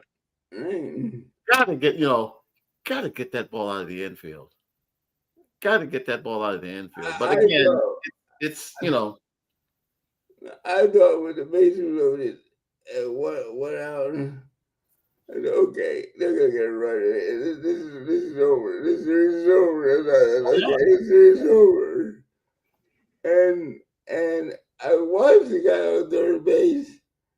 Like, what are you doing? What are you doing? Yeah. It's again when a pitch here, a play there, or what have you. I mean, it's I'm sure that they probably have replayed Game 7 157,000 times since last Saturday. And maybe if I did this in game or that's you know what made it worse is he made a beat fly and then Edwards fly. He made a beat for it slows you down. Yeah. I mean, it's it's a heartbreak. I mean, again, not to take anything away from what the Dodgers did. Yeah, it's if you're looking at it through the eyes of Toronto fans, you're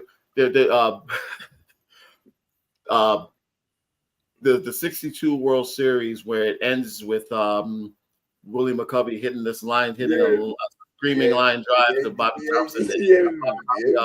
Bobby Richardson to end the series. Charles Schultz, who was like this long-time Giants fan, during that whole winter, like I guess the day afterwards, there's a picture of Charlie Brown and Linus patch, and they don't say nothing for the first two panels, and then it ends with, "Why couldn't McCovey hit the ball 5 inches higher?" And the scuttlebutt was, whenever he didn't have a script to write for the Daily One during that whole off season, apparently he ran it about 4 or 5 times, where he was like, every time it was like, if he could have hit it 3 inches higher, if he could have hit it 4 inches higher. Charles Schultz mentioned on the broadcast. Yeah. Charlie Brown. Yeah. But I say all that to basically say that, somewhere in Toronto, probably with a Labatt's or whatever on the side, somebody is yelling, why didn't he run? Why couldn't he hit the ball a little higher? Why can this guy run? I mean, yeah. And they still talk about that in San Francisco. They talk about that. It's like 50 years later. Oh, man, please! It's look. Whenever you and see, and again, because it was such a back and forth World Series. I mean, and first of all, entertaining, just a real great entertaining series. One of the best ones in a while. I mean, I put that up there with 75, with the 91 series, with 2016, with the then Indians and Cubs. But yeah, this was a very entertaining series. This is, and the ratings prove that. So of course now baseball is going to probably lock out their players come 2027. Yeah. We talked about the Asian invasion and persuasion with the Dodgers. So my question to the both of you, Tony, first, who's the next Asian powerhouse coming in? Whether it be someone in a team's system or someone they're looking at, because it seems as though, I mean, all you got to do is look at the numbers. I mean, the game was big in Japan anyway, and other parts of Asia before, but they had more viewers in Game 7 in Japan than they had in the United States. Sure. Where's the new persuasion coming from, T, in your opinion? Well, apparently there's another hitter. Apparently he's one-dimensional, but he's been compared. I don't know his name exactly, but he's been compared to Judge in regard to power. But apparently he's sort of a DH in waiting, not the greatest fielding guy in the world, but he's apparently going to become a free. He's done his, I think you have to do like 5 years overseas and then you become eligible. So we'll probably, there's more coming. And I'm not saying I'm not saying they're gonna take over, but they're making their impact. And let's put it this way, I guess you hope for competition's sake that he doesn't go to Chavez Ravine. Hopefully he'll go somewhere else where he can help some other teams, as opposed to the Dodgers sort of having the pipeline. And Gary, it seems as though this is the new norm, sort of like in the NBA where you see all these European players come with the ball skills and they can shoot from anywhere. You see these multi-talented, outside of what Tony's saying about this particular player, multi-talented Asian persuasion. So to Tony's point, it seems like the Dodgers have sort of the lock on it right now, but I would think all the teams on the West Coast, based on the connections that they have with Asia, that they all should be uh, dipping into that barrel. The Seattle Mariners have a Asian co-owner, and he's been around for like 10 years, and he's had a Tokyo Seattle connection.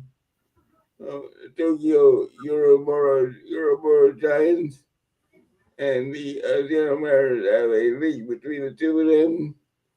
So once Seattle loads up with Tokyo Giants, it's been known for years that the two teams have been together. Uh, the Angels are just beginning to do that with the Hiroshima Carp. So the way to do it is the West Coast teams are picking a sister Japanese team, and that's been going out. Also, it's really weird because the Japanese World Series was played the same time as our World Series, and I never had before. It was just weird because I would go to bed at 11 and go back up at 1 o'clock and see the game. Well, I would think the Angels people might be a little cautious with them, considering they let Otani go in the first place. But it'll be interesting to see what happens. A couple of quick questions, baseball.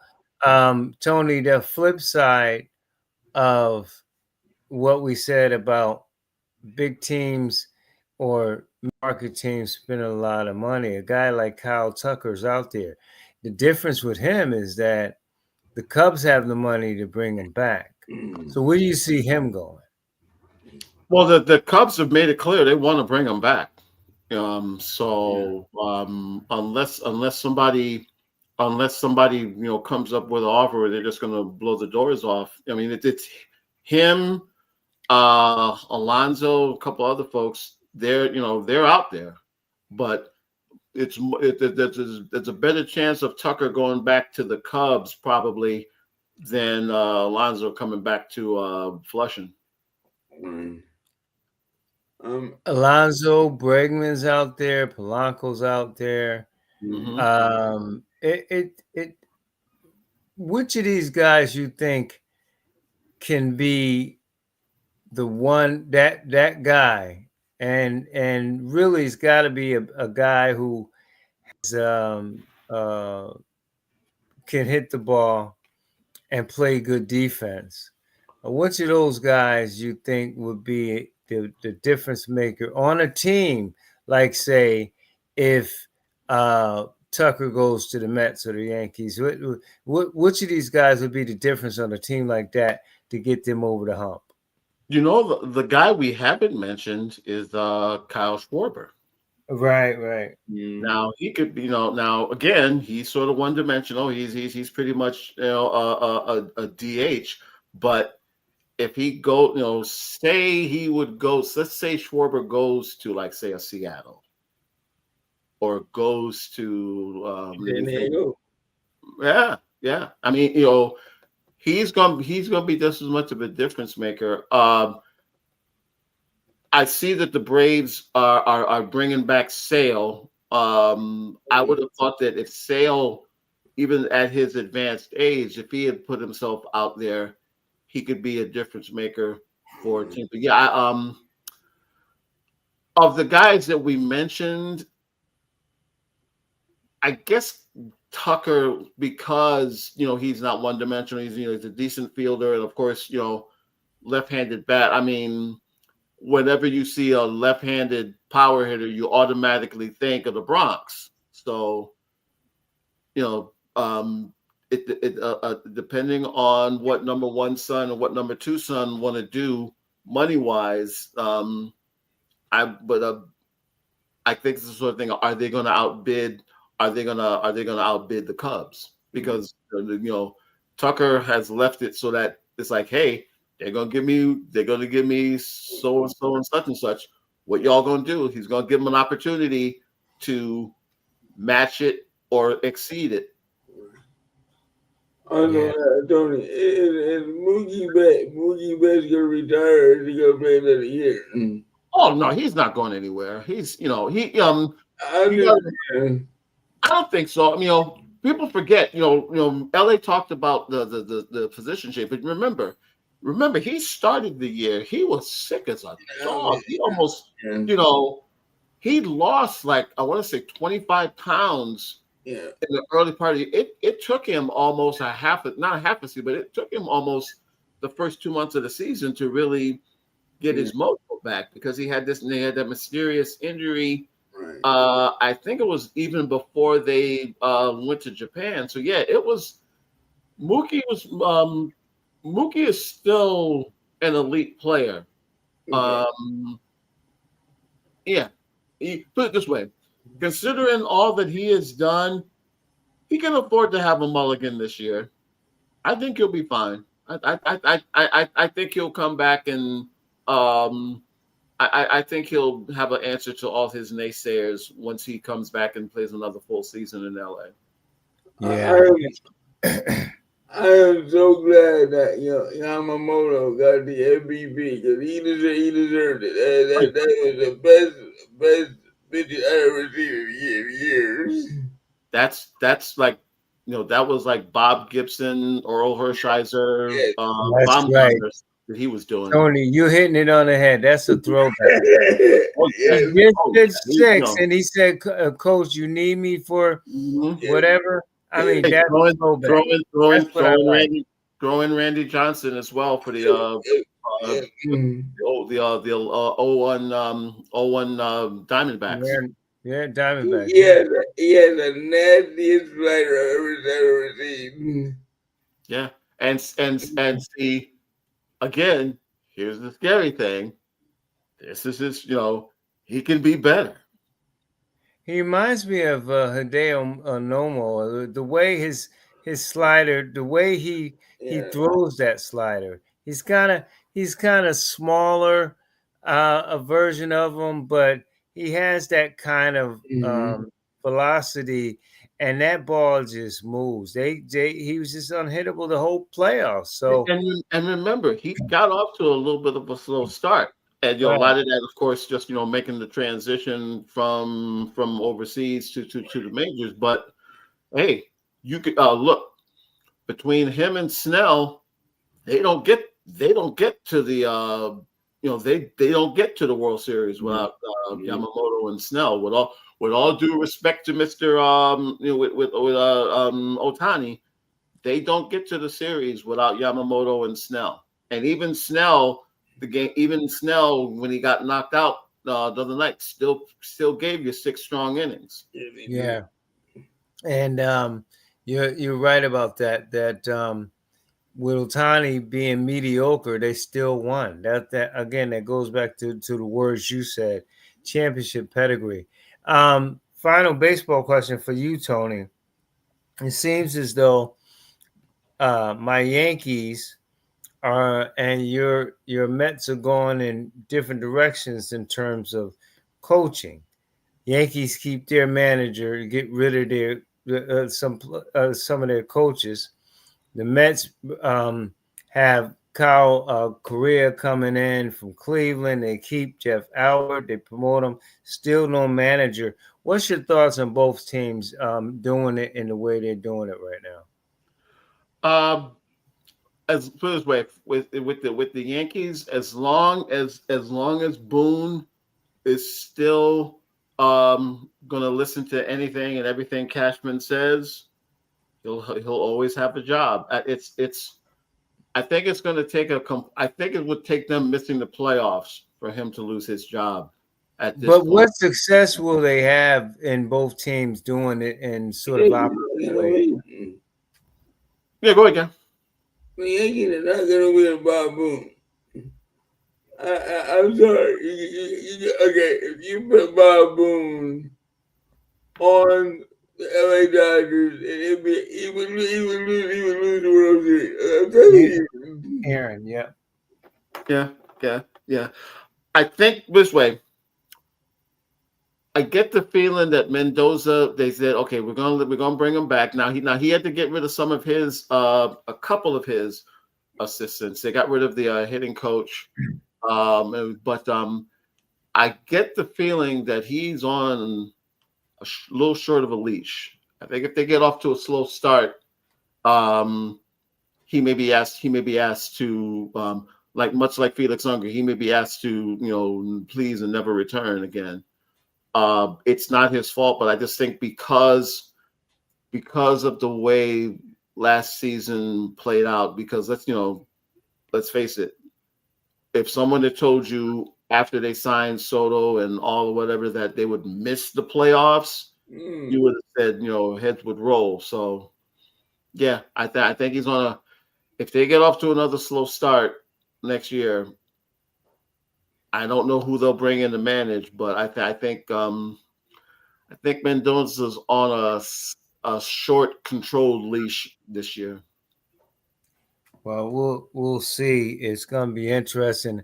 And look, officially, free agency and things of that nature don't start until a certain time. But it's for me as a fan, and you would think the Yankees and the Mets, when that World Series is over, okay, it's time to go to work. Even before then, it's time to go to work.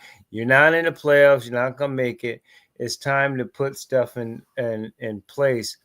Um, and on a note about notables, I mentioned Bregman. I hope he does leave Boston. As a Yankee fan, you want to see him gone, or you want to see him in those stripes. But I digress. Guys, I want to end with football real quick. Winners and losers at the draft. For me, I thought the winner. It's hard to say with the Jets because any team can stock up draft picks. They've had it before, but unlike other organizations, their owner, like Jerry Jones, holds them back. I'm rooting for Aaron Glenn. He's already been in Detroit, so he knows what it is to go through a losing season when that regime came in. He is a former Jet. The defense is going to be better. But I thought from a point of what they got for Quinn Williams and Michael Carter and Sauce Gardner, I thought they did well. The loser on that other side to me is the Colts. Now I know the Colts wanted to improve. They're pretty good up front, but they struggle in the secondary. But to give up 2 first rounders for Sauce Gardner, who's been kind of ineffective the last couple of years, I thought they were one of my losers. Tony, your winners and losers. I'm going to say the Jets only because when you've got all those picks, it gives you the opportunity. I mean, look, they've got, needless to say, they got a lot of work to do, to say the least. And when you've got all those picks and, for their fans' sake, you hope that they use them correctly because, when they had a bunch of those picks a few years back, this is where they got guys like Williams and Gardner, whatever. So they're doing that again. More than likely, they are looking for another quarterback as well. The team, I'm kind of surprised that didn't really do anything. I mentioned it yesterday. Forgive me. I'm kind of surprised that we didn't see Tampa really try to shore up their offense because they've got and they got an old roster too, T. Yeah. Now Evans is already out for the rest of the year, more than likely. Their running back hasn't been back since then. I thought that they would at least try to add a little bit of a piece. Now they arguably have the best offensive rookie, at least in the NFC, with the kid from Georgia who's taken over very well with Evans. But I'm really surprised that they didn't add any pieces. I know they're in first place in their division, but I'm surprised they didn't try to get. I'm su- I'm actually surprised they didn't go out and get a Reese Hall from the Jets. Right. I don't think the Jets wanted to let Brees Hall go though.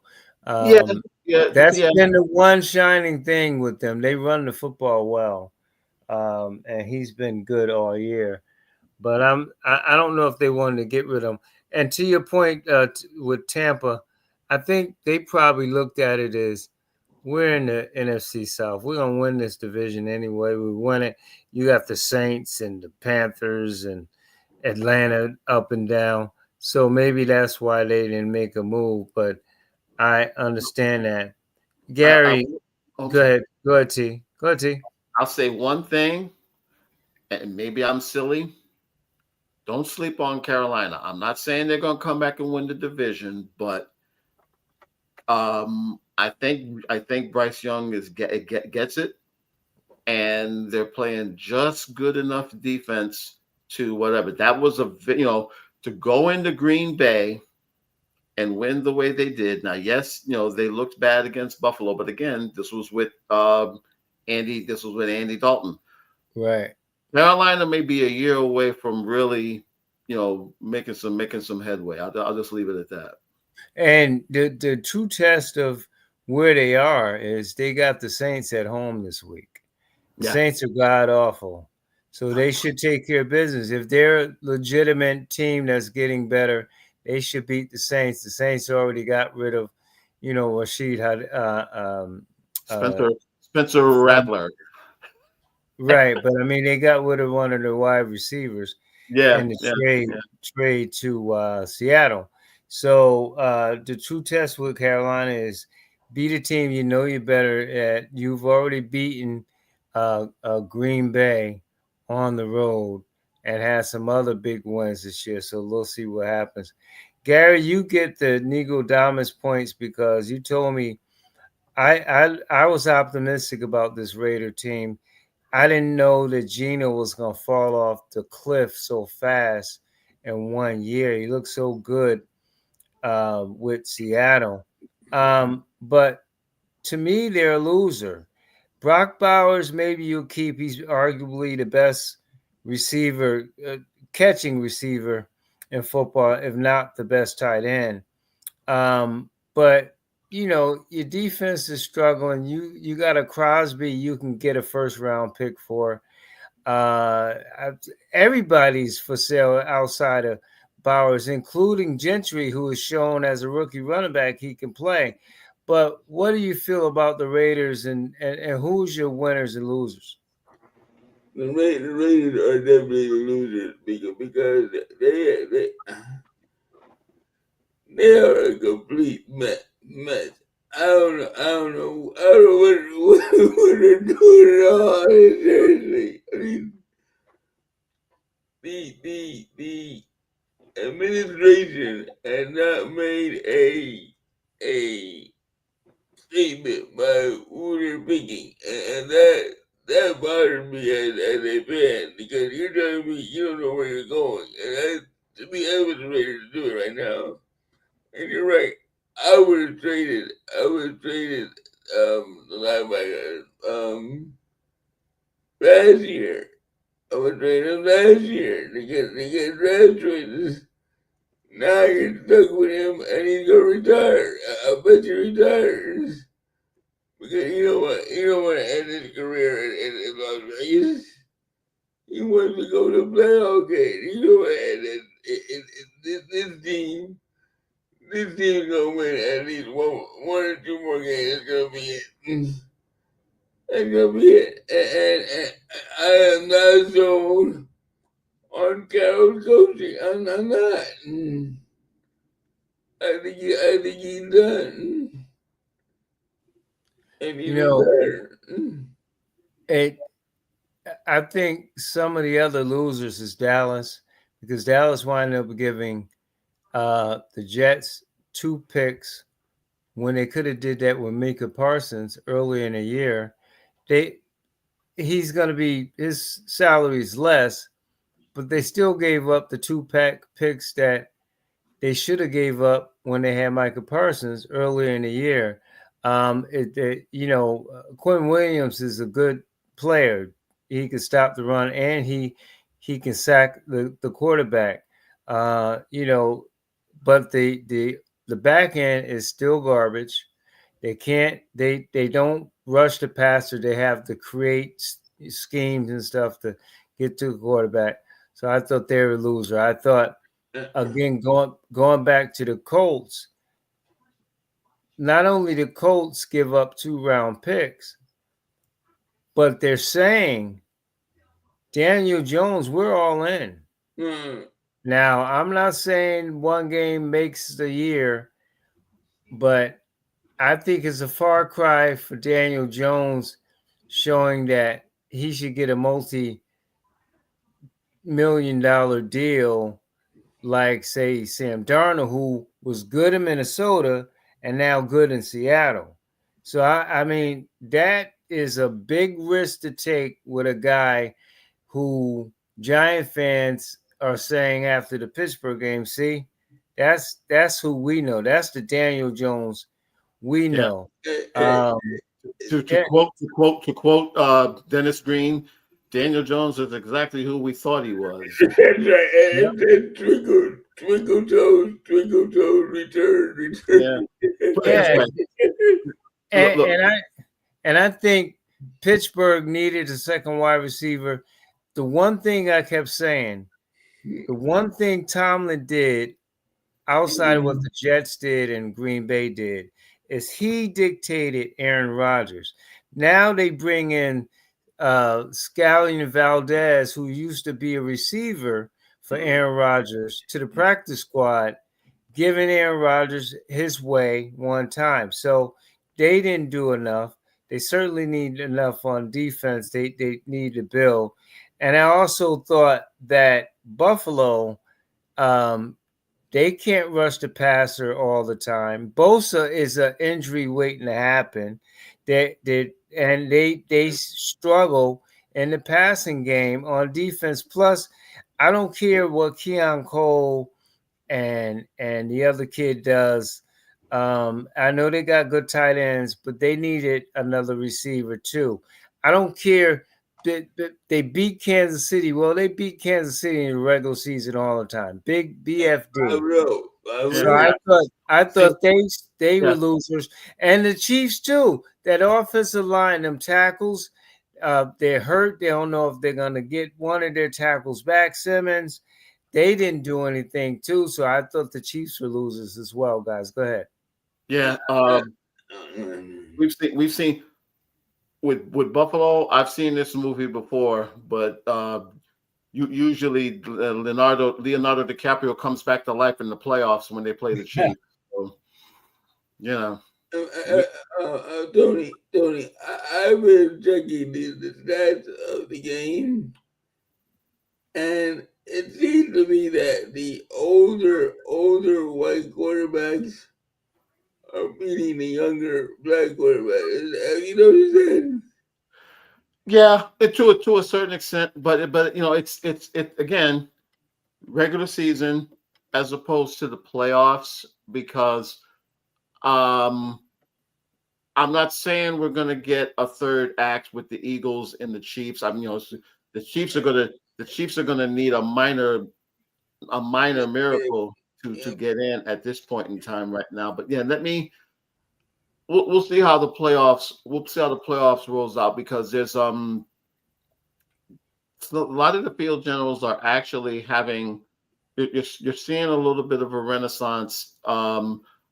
I was ready. I was somewhat all in with Chicago till they allowed Joe Flacco to look like Johnny Unitas for earlier this week. But yeah, it has been interesting.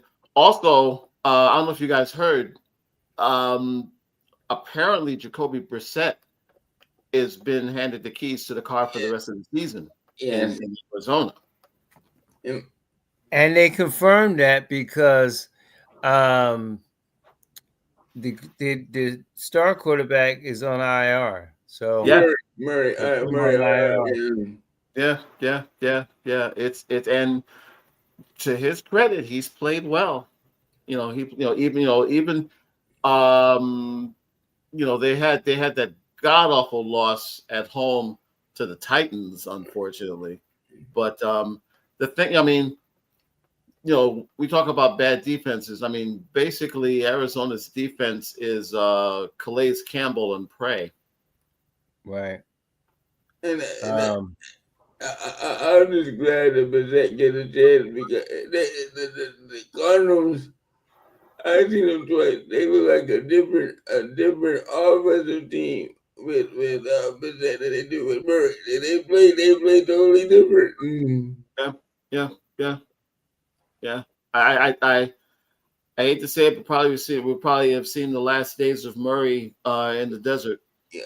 well, that's gonna be hard because they're on the hook for well over close to $150 million in the next 2 years. So Yeah. it's going to be interesting. Final question for you guys. Oh, by the way, Philly just the rich get richer, and Baltimore making sound decisions. I thought were winners too in the draft. I mean, in the free agency. Final question: you look at the AFC guys. Kansas City's not Kansas City. No. You look at that division, the Chargers stay hurt, Alt's out, they bring somebody in, and they loaded with penalties. Bo Nix and the Broncos offense doesn't seem to start into the fourth quarter.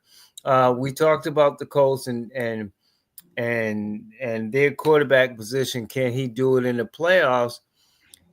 I think the AFC is wide open. So the question is New England a contender or a pretender, Tony? Yes. Contender. They're contender. They can run the ball and they can throw the ball, and they've always had a pretty decent defense. The only reason, put it this way, as long as Jonathan Taylor is in an upright position, the Colts will have a run in them. The Colts will definitely have a run in them. Denver will be in it strictly because of their defense, and the thing with them is, like you said, they do it. It does take them. It's like when you get that refund from when you overdo when you get a bad charge on your card, and they say you'll get your return. It always takes them 7 to 10 days to get started offensively. Yeah. If they can overcome that, I think they can be, because arguably they have the best defense in the AFC. It's just a matter of how far that offense can take them. And your Pittsburgh Steelers, if they can keep Aaron Rodgers upright, it will be in the mix. They will be in the mix. If they have to keep him upright. If he goes down, that's it.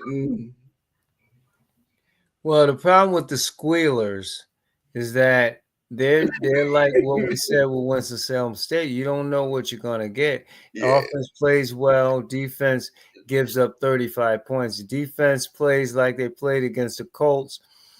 And the scary part of it, Gary, the final score was 27-20. Yeah, the Steelers had all them sacks and turnovers, and the score was still a touchdown game. Oh, yeah, they still had a chance. They So the game late. I until they put it all together, that was their second, probably their best game. The best game defensively, and their second best game defensively, ironically, was against the Patriots, where they turned them over and shut down the running game, and like they did with Taylor and everything else. But I'm not a believer, and that's coming from a diehard Steelers fan. Now, LA, does Baltimore come out of their ashes and get themselves back in that race? Look, as long as they got Lamar, like we say with Mahomes, they're in the race, and they made moves defensively to shore up that defense that's been struggling. this year. He's getting healthier. It seems as though Prince Henry has gotten over his fumble issues. They're only 2 games behind. Pittsburgh got to play And they still got to play Chargers them. They still have to play them twice too, don't they? twice, right? And the Steelers are at the Chargers, which is a huge game. They lose that game. Not necessarily. I'm not worried about the Bengals. They're losers in the free agency. Giving up. How do you give up a pass rusher, right? When your best pass rusher is hurt Because you don't and your want to. defense stink, Because you don't want to pay. Because you don't want to pay nobody. right? That's You know? See that's the came Bengals. The Bengals are still on that 1920 payroll where they basically give guys $1 a week and then ask them $3, to pay for them to wash their clothes. So yeah, it's Gary, this is what their organization and this is what their fan base wanted. Pay all the offensive players and go cheap on the defense. And this is what you're 3-6. You're not going to make the playoffs yet again. I don't know how this guy keeps his job. But yeah, I'm not worried about the Ravens are always going to be the Ravens. They're 3-5. They can go win 8 in a row and whatever.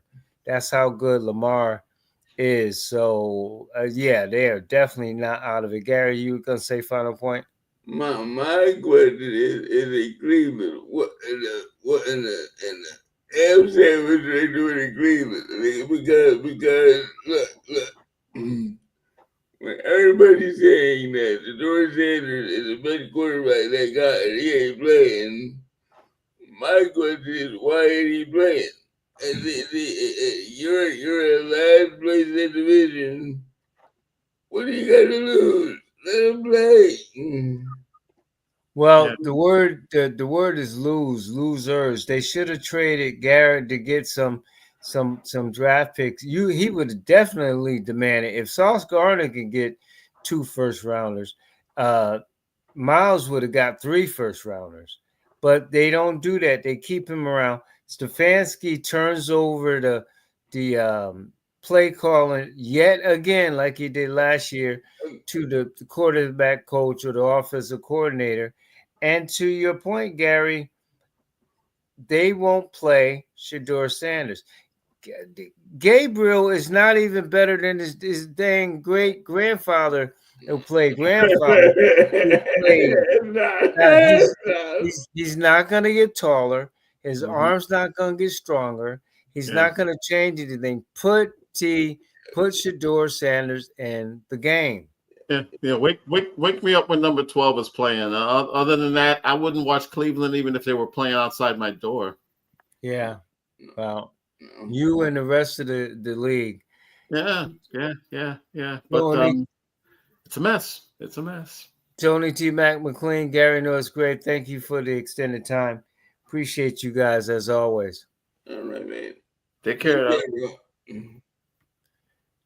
course, this is the Batchelor News Report. You missed any part of the broadcast, go to Spotify.com and you can follow us and get the show in its entirety if you miss it. We definitely appreciate you joining us this episode, and we will talk with you soon.